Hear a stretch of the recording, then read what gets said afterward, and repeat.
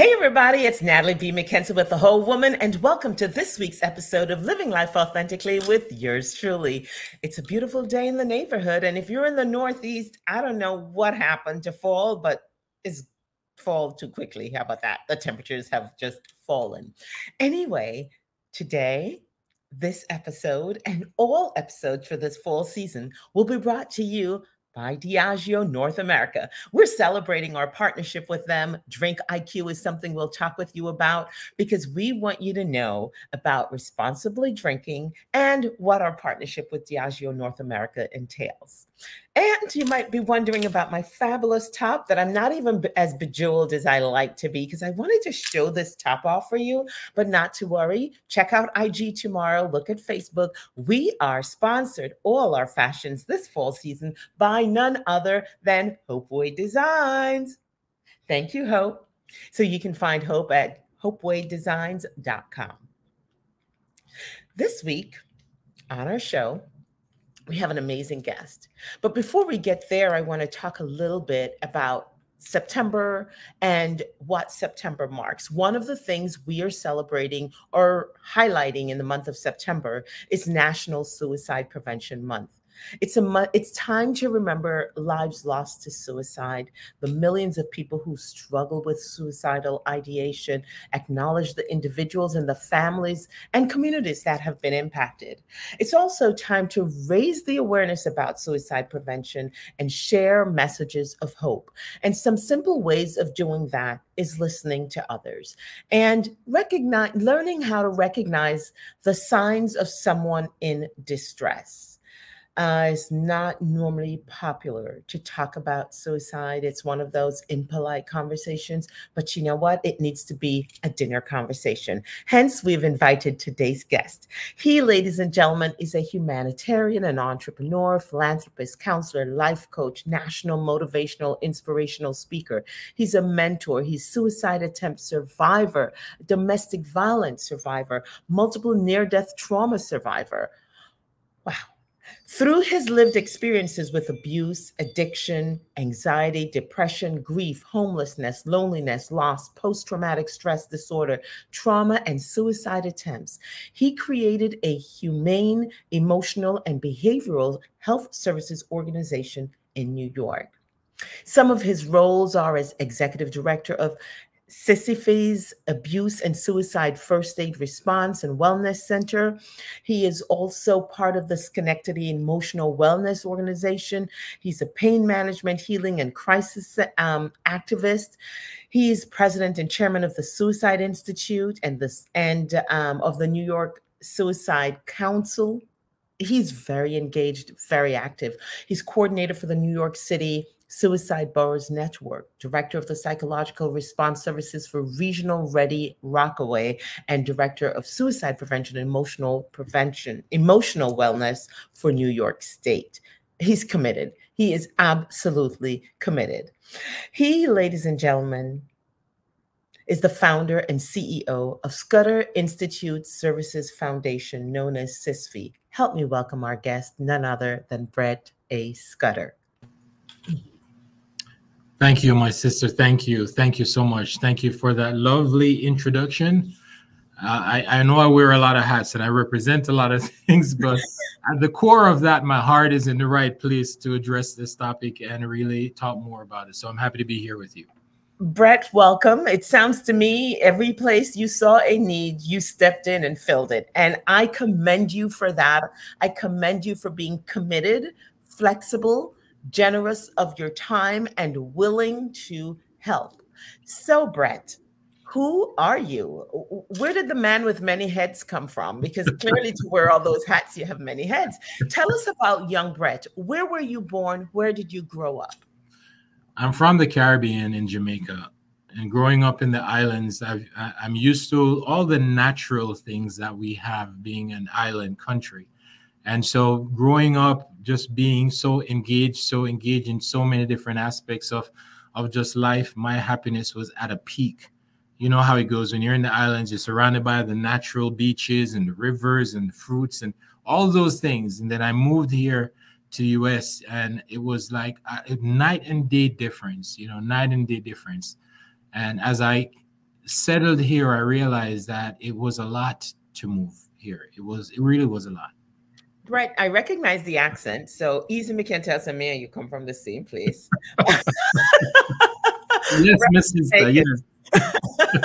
Brett is Jamaican, for those of you who don't recognize and have no clue what I said to him. But I recognize his accent, and we're from the same island home of Jamaica. And yes, I get it. Land of sun and ocean and sea and fresh fruit, fresh water, fresh living, outdoor, fresh air. How old were you, Brett, when you moved to the US? Early 20s, my early 20s. So all your formative years were in Jamaica. Yes. Tell us about growing up in Jamaica. Tell us about, you mentioned, I noticed in your bio, there was a lot of domestic violence, a lot of abuse, but tell us about young Brett. What shaped you? What went into the making of who you are today? So my mother was a nurse, a registered nurse back in the island. I literally grew up in the healthcare system. There were days I spent days with her at the hospital. My dad also worked at the hospital. So a lot of my youth and growing up as a child was around this whole idea of health and wellness. You know, my mother, she always made sure we were healthy. She always made sure we had the right things. She focused on health. So I didn't realize how much of that grew with me as I grew older, that it was her and her life and work experiences that also were embedded in with me. You know, she was someone who was highly recognized in the community. She was like a mother to a lot of people, because when they were giving birth, she was the nurse who brought a lot of those people into the world. And so she was very well known. And unfortunately, when she passed away, it was a very hard hit for me. I think that's what started for me, my first experience around depression and anxiety. That grief, that loss, it literally stopped me from breathing. It literally put a hole in my heart that I didn't even know how to process that. How old were you, Brett? I was 23, 22, 23. Wow. And as a young adult male, and I have to say this, time and place is so relevant, and culture is so relevant, because our culture processes death and grief very differently. Yeah. You know, get over it, move on. Okay, you get a day or two to cry on, but you know, time to get on with life. What was happening around your support system? Because being male and being early 20s, most people aren't thinking of you as a young man who needs familial support during this time. Talk to us a little bit about that. So I was actually in the US when she passed away. It was in my early transition here. I used to do a lot of business, had a business back home. So I used to travel to the US to purchase things, bring it back home. You know how it goes. We come up here to the US, we purchase things, we take it back home. And so when she passed, I was here settling in. And I remember one of the conversations, my last conversation with her on the phone, actually, she said, listen, I'm okay. Don't worry about me. I'm good. I want you to focus on your family, because now my family was growing. We had our second child here. And so she was like, don't worry, I'm going to be all right. So I was here. And then right after that, my aunt called me and she said, Brett, if you don't get here right now, you're never going to see your mother alive again. And I was like, I couldn't process what was happening, Natalie. I pretty much literally lost all thought process on what was really happening. And then when I tried to get the time to leave, my job wouldn't give me the time off to leave. And so I had to leave, lose the job just to go see my mother. And I got there after she passed away. And that whole thing was even harder, that I wasn't even there with her at the last moments. I am so sorry. Oof. Yeah. That has, yeah, I get it. I'm so sorry. You kind of level jumped on me, because we're talking about you having a family and living here in the US. So you moved here with your young family.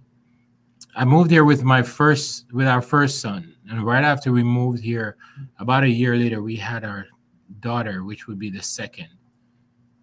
Okay.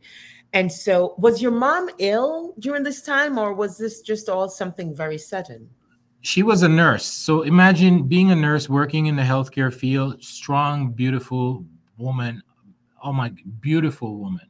no one would have ever known that she had cancer.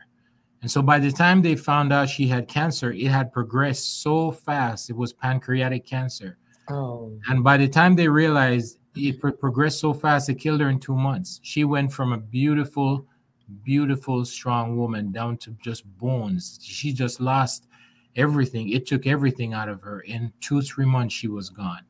And it was a wake-up call for a lot of people. When you look at someone, you can't know what that person is going through or how that person really is, physically or psychologically.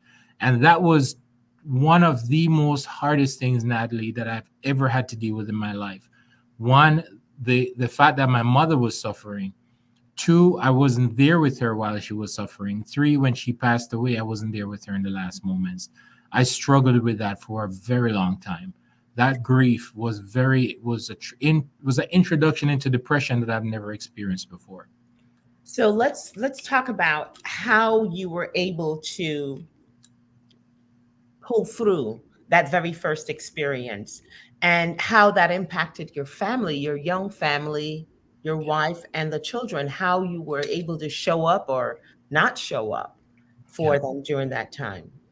So when we went to the funeral, we went to the funeral, and we were there.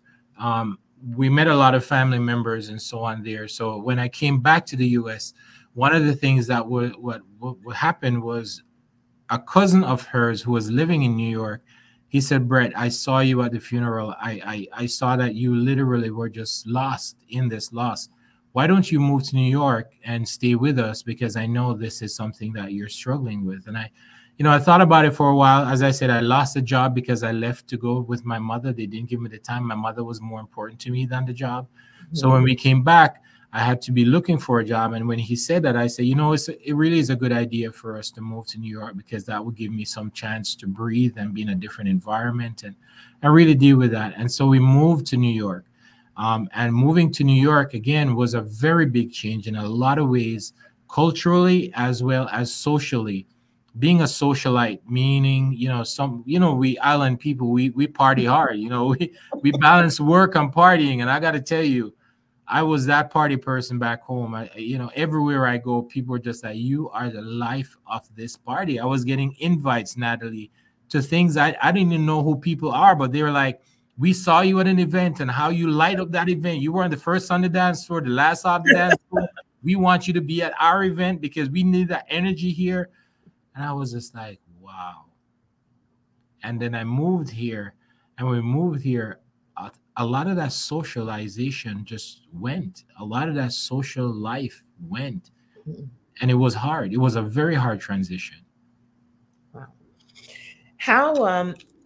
How is your family faring during this transition? We weren't doing good because I wasn't doing good, right? Our son, he wasn't old enough to understand, but between my wife then and I, it was a hard transition. She watched me lose myself. Let's just say lose myself in this pain. My mother was everything to me. And even when we started a family, she said, as long as you're happy, I'm happy.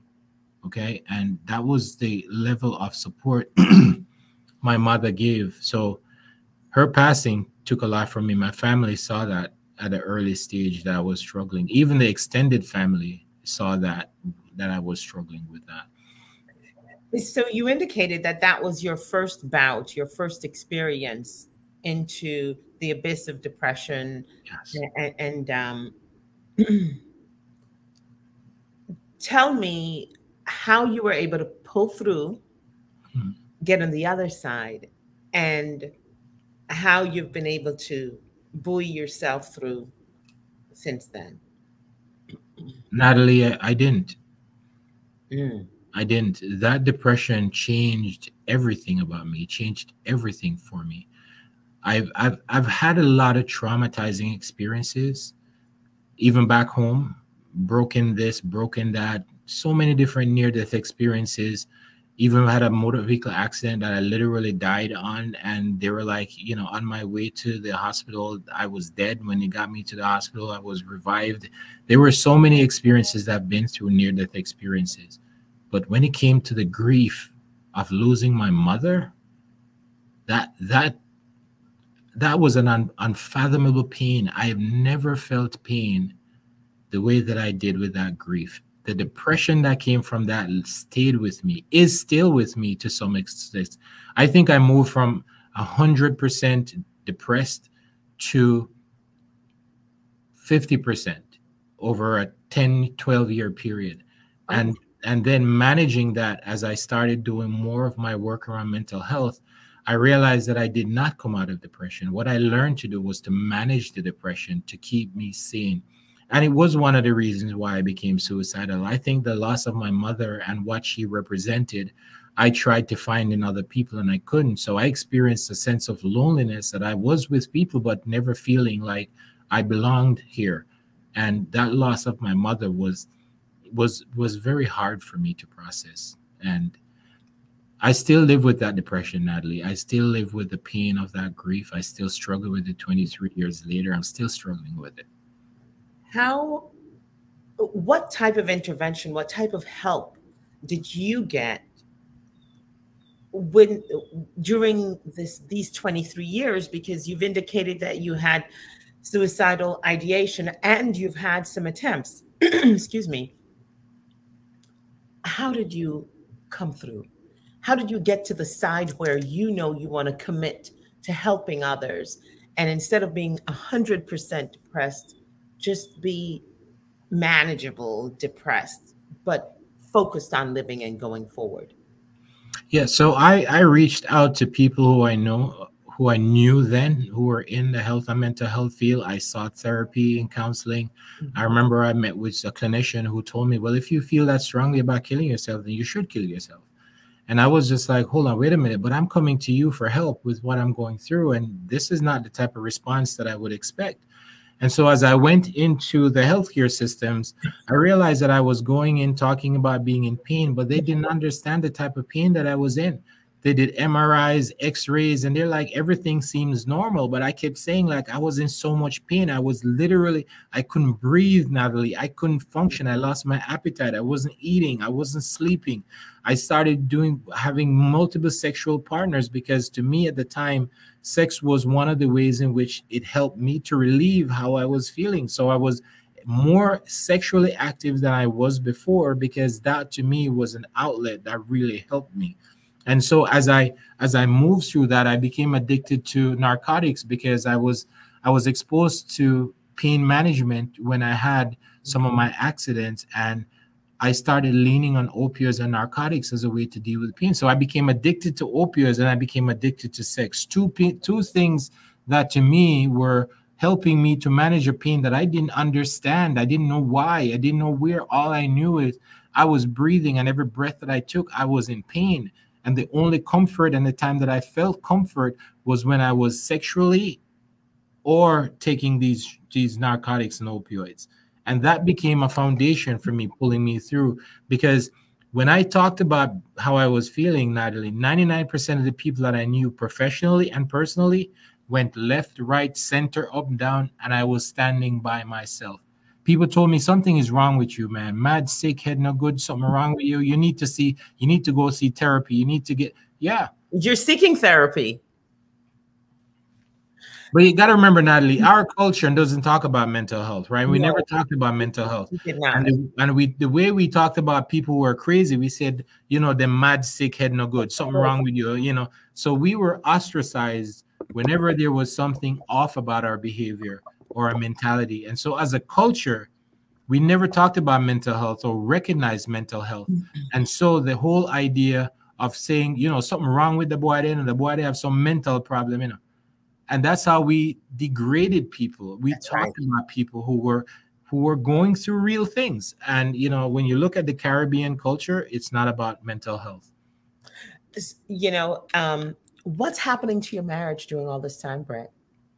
Eventually, our marriage faded. We ended up breaking apart because there were so many other things that happened. We moved out of New York because I had to get away from the toxic environments of the work and the family where we were staying at. My cousins, my mother's cousin at the time, you know, the hospitality that was offered to us was never provided when we got there. So it ended up causing a lot more struggles on my mental health and health also, but also the marriage. And so when we moved out of New York, it was a way to get away, but then it also strained my ability to work in the city and travel outside of the city. And so it just, our marriage fell apart because I fell apart. Wow. So here we are. You founded this organization. You have committed your life to this. You've had the experience of the addictions, whether it was sexual addiction or opioid addiction or what other narcotics, anything to ease the pain that physiologically they could not identify, but there was no one recognizing that this was psychological, this is emotional, and this required a different type of intervention. How'd you get where you are today? And what is the mission you are on? How are you helping others? When I first came out about my suicidality and living with depression, as when I said 99% of the people who knew me at the time went away, I was left standing by myself. And if you think about that, Natalie, at your most vulnerable point, when you're down on the ground, head down, you can't look up, you can't look down, everything you're seeing is just down.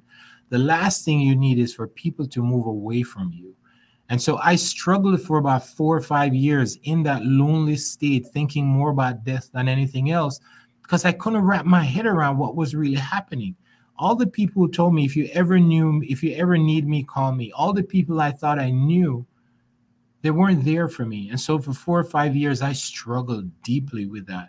And then I remember one day I was asked to speak at an event. And I spoke at the event. And when I spoke at the event, the responses that I got from a lot of people were like, wow, my God, wow. How are you still even standing? How are you still even here after going through all that you did? And people started coming up to me and they asked me, they said, listen, you know, I've been going through some things and you sound like somebody that I could talk to. I don't know who these people are, Natalie. I never met these people. But they just felt like because my energy of what I shared and how transparent and authentic I was in sharing, they felt like they were drawn to my energy. And that, Natalie, that became the foundation of who I am today. Someone who is not afraid to talk about my lived experiences, my living experience, because it's not just something I went through and got over. It's something I'm still living with today. All that has happened is I've learned to manage the pain. I've learned how to process what I'm going through and relate that to the pain that I'm feeling wherever it is in my body. And so that became the foundation. And then I said, you know what? I want to make this a foundation, not only as a foundation of experiences, but a foundation as an organization. And so I created the foundation. After years of doing this work, I finally created as a foundation to then put it under the banner of that foundation. And that's why today I wear so many hats. What you've seen in my bio is not even half of the hats that I wear because of my authenticity, talking about this experience, and now mental health being like a crisis in this country. I remember people saying to me, you know, Mrs. Scudder, I attended one of your workshops 15 years ago that you did at a school, and you were talking about these things, and now here we are. So people are looking back at 18, 20 years of my life and remembering that I was one of the only persons in New York City running around saying, hey, we have a crisis here. We have a mental health crisis, and suicide is real, and suicide is really a real thing we need to talk about. And people used to label me as the suicide man everywhere I go. Whenever I raise my hand to, oh, here he goes now. He's going to talk about mental health. He's going to talk about suicide. We don't want to hear all of that. We want to hear it, Brett. We want to talk about it. And thank you for giving a voice to so many people who need help. Tell me a little bit more about SISFI. I think I got the acronym down right. Tell me the full name of the organization. Tell us the services you provide and you offer, the support, and how you help them to connect with those who can help. Thank you. So the organization is the Scudder Intervention Services Foundation, Inc., and the short is SISFI. we are accessible 24/7. We have a 24/7 crisis lifeline because we do understand that between 11 o'clock at night to 5 o'clock in the morning is when people really struggle with depression, loneliness, and suicidality, because they're alone by themselves, whether they're physically alone or they're emotionally alone with intimate partners or family members. So we have a 24/7 crisis lifeline at 917-651-1889 that people call or they text us. We are very popular on social media. We haven't been posting a lot recently because we've been so busy with the work, but we are accessible on social media. Our website is SISFI.org. You can go there and find a lot of materials to help you understand what pain is, to help you understand what a loved one may be going through. There are services that we offer for people who are in crisis, whether you're physical pain or psychological pain, whether you're male or female, no matter how young or old. Pain is something that's common to everyone. This is the one thing that we all experience as human beings at times, depending on what our experiences are. And so we are available to meet that need. And the thing that's unique for us, Natalie, is because I'm a lived experience, right? I've lived and living the experience. So I can relate to a lot of people who are now going through that experience, or someone who's been going through the experience for a while, but never knowing how to manage that, right? They never understood what it was, what it is, how do I manage it? How do I get treatment? Which treatment should I be getting? Is this treatment a good treatment? What are other types of treatments? And so that's what we do at the Scudder Foundation and the Suicide Institute, is we focus specifically on the core foundation of pain and how pain is at the heart of violence, domestic violence, intimate partner violence, traumas and PTSD. The pain is what we should be focusing on as a society because of how badly people are hurting. But until we understand that pain, we're never going to understand domestic violence, intimate partner violence, homelessness, addiction, social isolation, grief, loss, PTSD. We're never going to address those and understand those until we start understanding pain. I've often believed that homelessness is a symptom of a deeper problem and really not a fallout of someone not being responsible and having just lost their home because they lost their home. I've always thought that homelessness is really at the root of mental well-being, mental health. Yes, life circumstances compound, etc., but it needs to be looked at in a holistic way and as a health matter. Yeah. How is your family doing today? How are your children doing? And how are you doing as you serve so many? Family is divided because I'm not with my ex-wife anymore and she has the children. There have been a lot of issues with that relationship, blocking me from having access to the children, being mad at me for a lot of what happened and how things happened, being mad at me for so many reasons. So for years, she blocked me from communication or seeing the children. I was still dealing with my health and my mental health challenges, so I had to focus on that as a priority while staying above ground. Today, my work keeps me grounded because the more I help people is the more I find help for myself. The more I put into this work, and the purpose of this work is the more I find purpose for myself. I am not 100% okay, but I'm okay enough to still function and be okay while managing the suicidality, while managing depression, while still feeling loneliness and dealing with loneliness. While so many people know me and love me for who I am and what I do, I still struggle with loneliness, Natalie. It is still one of those hard things that I've yet to really put a grasp on it. But the loneliness is very real. I think the loneliness, honestly, the loneliness for me is harder than the depression, because the loneliness triggers the depression, and the depression is part of the loneliness. It's one will quickly ask, how you feel lonely with so much people around you? Isn't that what our culture would say? How could you possibly be lonely when you're surrounded by so many others? And how could you be lonely when you're helping so many people? And how could you tell us you're depressed when here you are with accolades and a resume that reads like a who's who and who's done what? What are some of your coping mechanisms, Brett? To me, the greatest coping mechanism is being comfortable talking about those feelings that sometimes people are uncomfortable hearing, right? We don't want to talk about suicide. We don't want to talk about death. We don't want to talk about pain. We don't want to talk about all those things. But that has been my coping mechanism. The more I talk about how I'm feeling and be authentic and genuine about that is what helps me to keep those feelings at bay. It helps me to keep the suicidal thoughts at bay. It helps me to manage depression.